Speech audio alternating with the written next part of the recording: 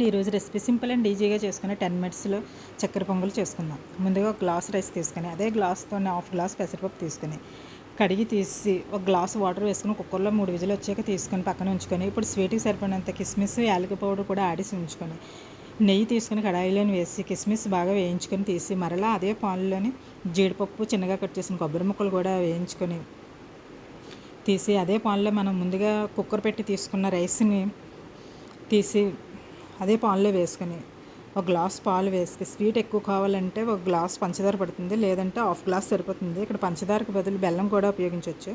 ఇక్కడ పంచదార ఇష్టపడిన వాళ్ళు బెల్లం వేసుకోవచ్చు.